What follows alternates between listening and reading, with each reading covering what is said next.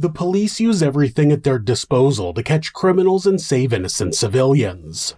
One of the most useful tools the authorities can use to help accomplish their mission is the police helicopter. Whether chasing a suspect or searching for a missing person, having a bird's-eye view of the area can be invaluable. The aircraft is normally used for the good of the people, keeping a watchful eye on the city below. Sometimes, though, the guardian angel's wings get clipped.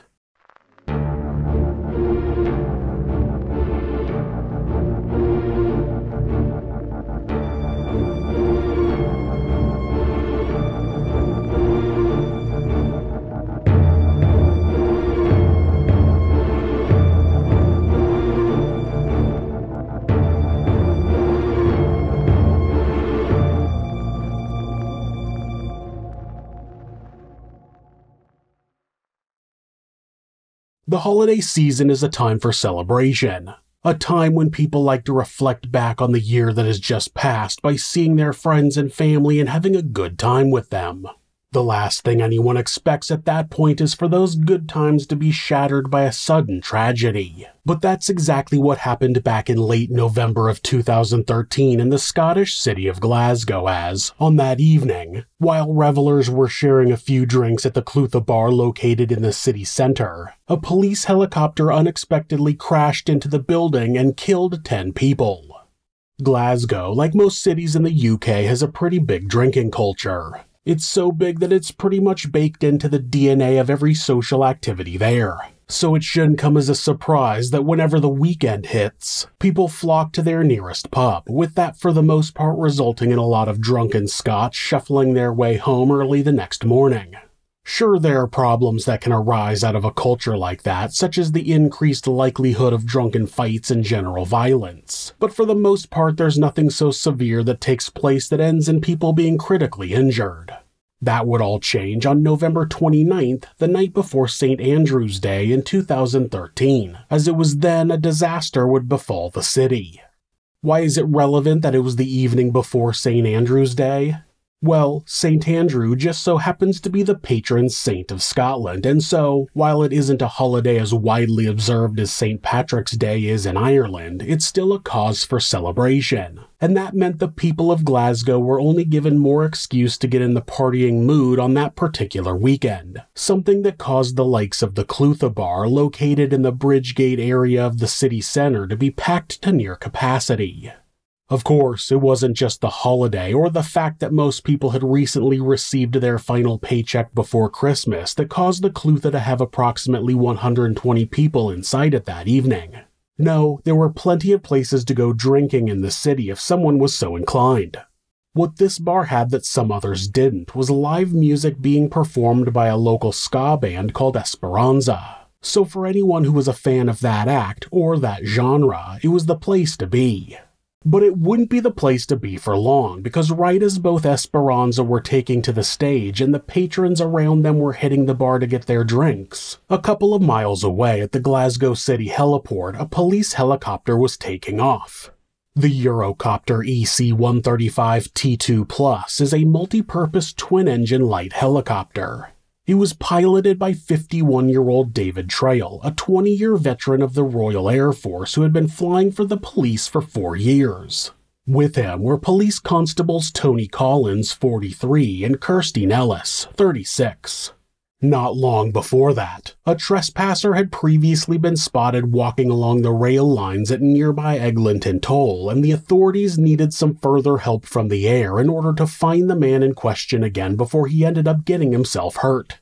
Thankfully, that job would be completed without any issues, and because of that, the helicopter was free to carry on over to Dalkeith, just southeast of Edinburgh, about 44 miles or 70 kilometers away, where it helped police there with another task, all before it returned to the Glasgow area immediately thereafter. At 10:18 p.m., the pilot received air traffic control clearance to return to Glasgow City Heliport. Unfortunately, though, as it was approaching the heliport, it began presenting signs that there was a problem. According to eyewitnesses at the time, the twin-engined helicopter started making sounds that resembled an old car trying to start except 1,000 times louder, with it being then that its lights went out and a plume of smoke started pouring from its engine. Radar contact with the aircraft was lost at 10:22. Yes, the engine had stopped working while the helicopter was still in the air right above the city center, and because of that, it had nowhere to go but down. Obviously then, for the people inside the Clutha bar, that was the worst case scenario because they were themselves in the direct path of the falling police aircraft as it plummeted to the earth at critical speed. Not that they were aware of the danger at the time, however. No, inside the bar on that particular Friday night, the only thing the patrons there were interested in was listening to the music being performed and letting it help start their weekend off with a bang. The first they knew about any problems taking place outside at all, in fact, was when, at 10:25 p.m., the collision finally occurred on the southernmost side of the bar.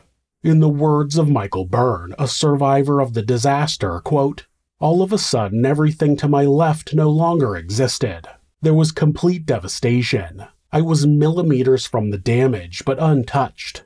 Seeing dust and debris float around me, I felt as if I was inside a snow globe. My first thought was that a car had lost control and hit the pub, or that the roof had collapsed. It was like a war zone. There were bodies everywhere and people wandering around in shock." In an instant, the Clutha had transformed from a location where good times had been taking place to the scene of a complete and utter nightmare. One that, as far as the people there were concerned, there was simply no waking up from. And as the comments of Michael Byrne showed, what made matters worse was that inside the now destroyed building, no one was even clear on what had happened at first. All they knew was that something had struck the building and that it had led to multiple people being injured badly, particularly on the southern side of the bar where the impact had occurred. Some, in their panic at that point, even suspected a terrorist attack of some kind must have taken place, as one had been attempted back in June of 2007 with a man with links to Al-Qaeda drove a jeep loaded with propane canisters into Glasgow airport and tried to blow it up. As John Robson, another survivor who not only suffered severe back injuries as a result of the crash that night, but who also lost his friend, later told the press, quote, "I was wandering about in a daze. I thought a bomb had gone off. I was saying to myself, who would bomb the Clutha? Then I thought, hold on a minute, I'm alive. I better get out of here." Initially, despite his awareness that he needed to escape, Robson struggled to get out as he'd been pinned to the floor by falling debris. It was only when another patron came over to help him clear the way that he was able to return to his feet and flee towards the exit. And once he did, he saw exactly what everyone outside had seen at that point. The remains of the helicopter that had caused the chaos, which was clearly visible. After its engines had failed, the tail of the vehicle had dipped down towards the ground and began spinning in a clockwise motion as it plummeted right through the flat roof of the bar. Of course, even in seeing that evidence with their own eyes, it was still hard for many people on the scene to accept what had happened at first, as nothing like that had ever occurred in Glasgow before. No, outside of the aforementioned terrorist attack in 2007, the city was generally free of such disasters. Most people there couldn't fathom seeing such a sight happening anywhere other than either a faraway news report or a movie. But this was no movie. This was a catastrophe right on their doorstep. As Michael Byrne later told the press, quote, "Outside I asked an emergency worker what had happened, and when he told me, I said, 'Don't be silly, mate. Things like that don't happen.' Then I saw the rotor blades of the police helicopter sticking out of the building." So obviously, given how catastrophic that was, it didn't take long for news of the incident to spread all over Glasgow, and that led to locals from all around the city running to the scene to help out in any way they could. Even local Labour Party MP Jim Murphy made his way over to the crash site.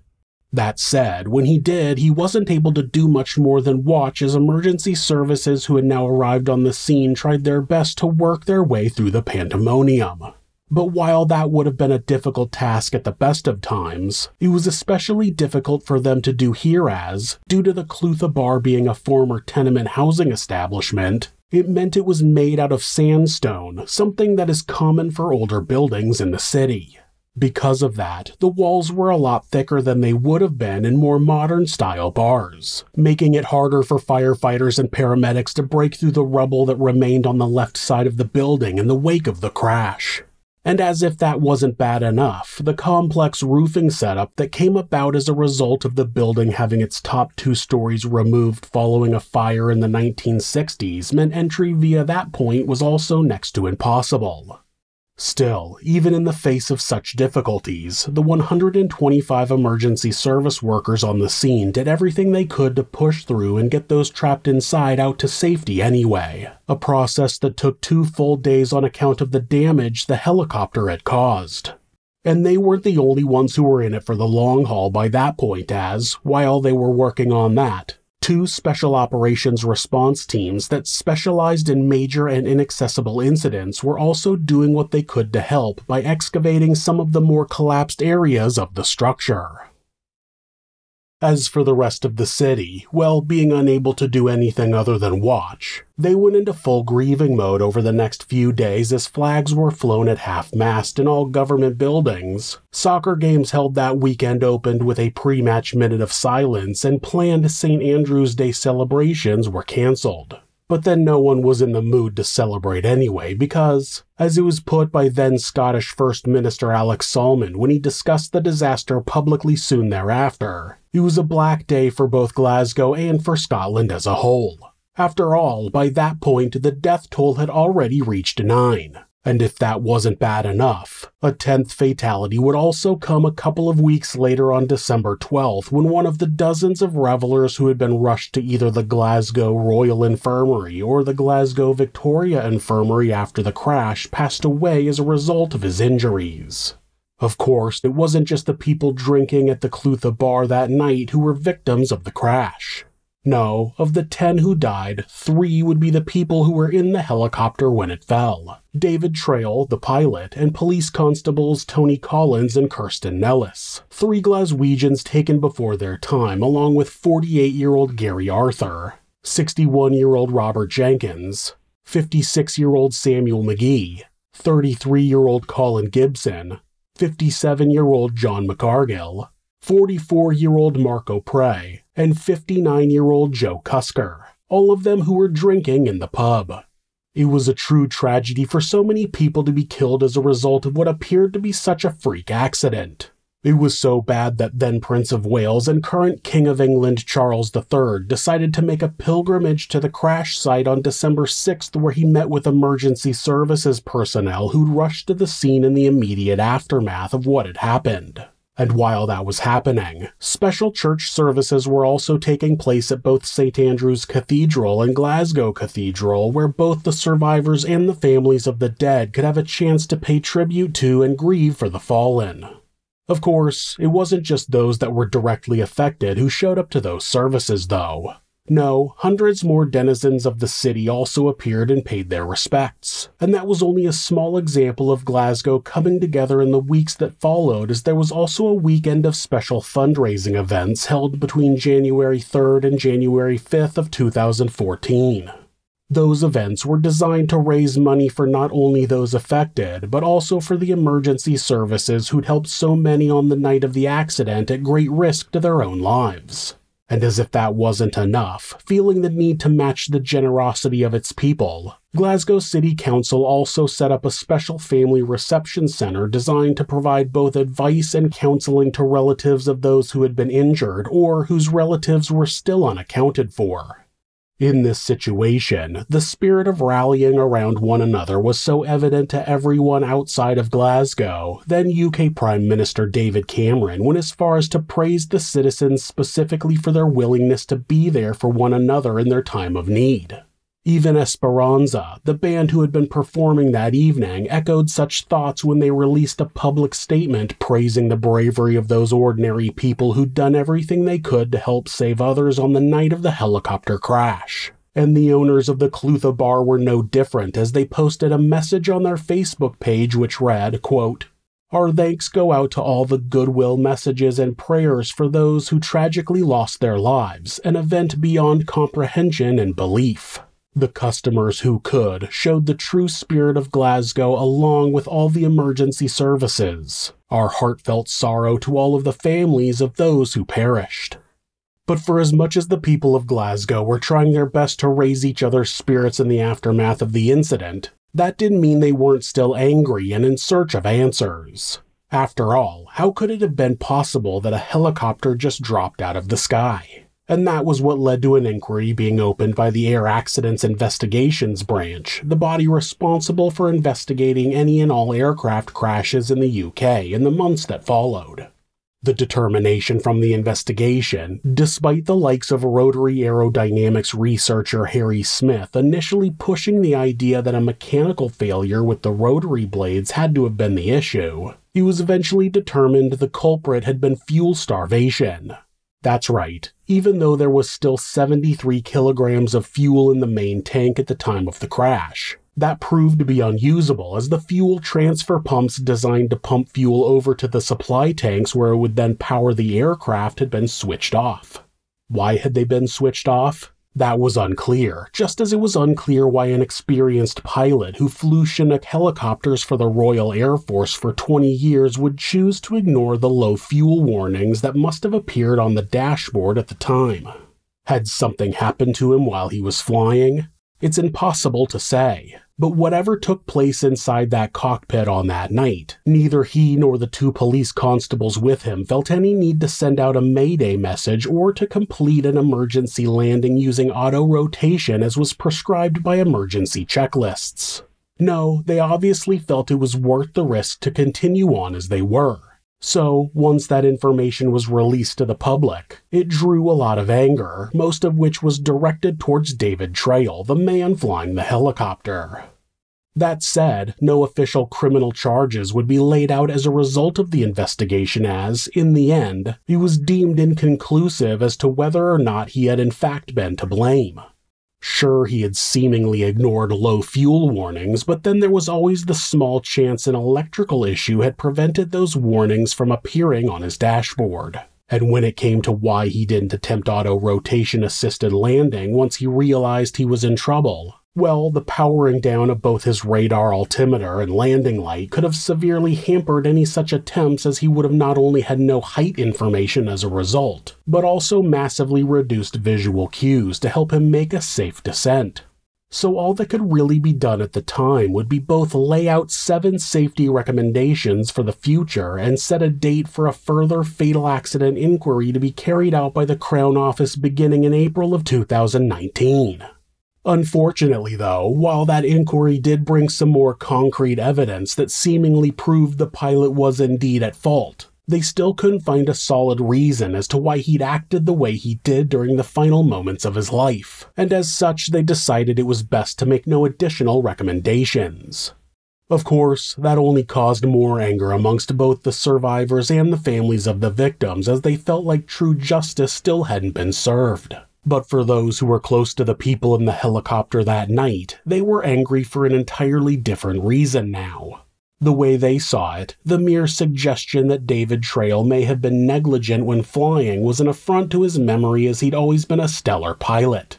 As Mark Nellis, husband of Kirsty Nellis, one of the officers who died that night, put it when questioned by the media, quote, "Following the FAI determination, we find ourselves deeply concerned and frustrated with the Air Accident Investigation Branch and its report.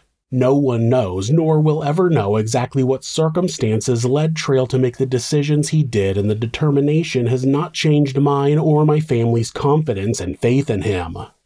Even Trail's fiancée, Dr. Lucy Thomas, broke her public silence on the matter when she stated, quote, "In my opinion, the Sheriff Principal's determination insults the intelligence of those who know of the evidence presented at the inquiry and are aware of the content of the initial AAIB report. I find it distressing and incomprehensible that given months, not moments, to consider the facts, the Sheriff Principal has come to this conclusion." But whether they were happy about it or not, it was the conclusion the Crown Office stood by, and it remains the official final word on the matter to this day.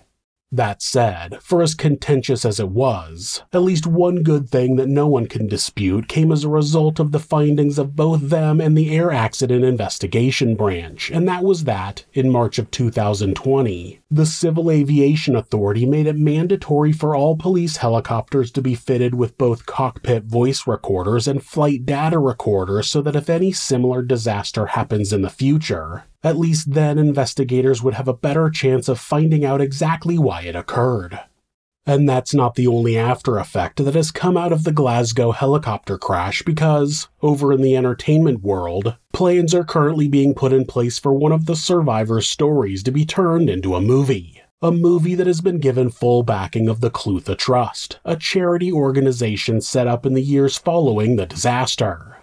As for the Clutha Bar itself, well, it would be renovated and officially reopened in July of 2015, with Nicola Sturgeon, the woman who had by then succeeded Alex Salmond as Scottish First Minister, being personally present at the opening ceremony.